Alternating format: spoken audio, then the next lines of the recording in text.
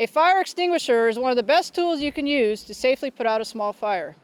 As with any tool, you want to ensure you are using the correct extinguisher for the fire you are attempting to put out.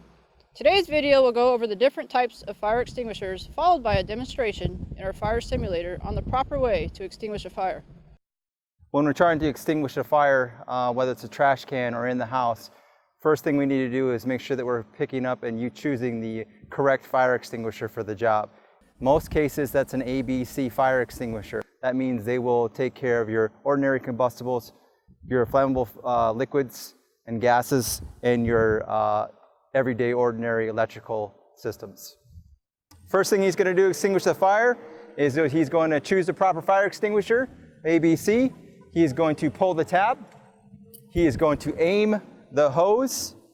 He's going to pull the trigger, and he's going to sweep back and forth at the base of the fire until the fire is extinguished. Once it's extinguished, he's going to back his way out, never putting his back towards the fire.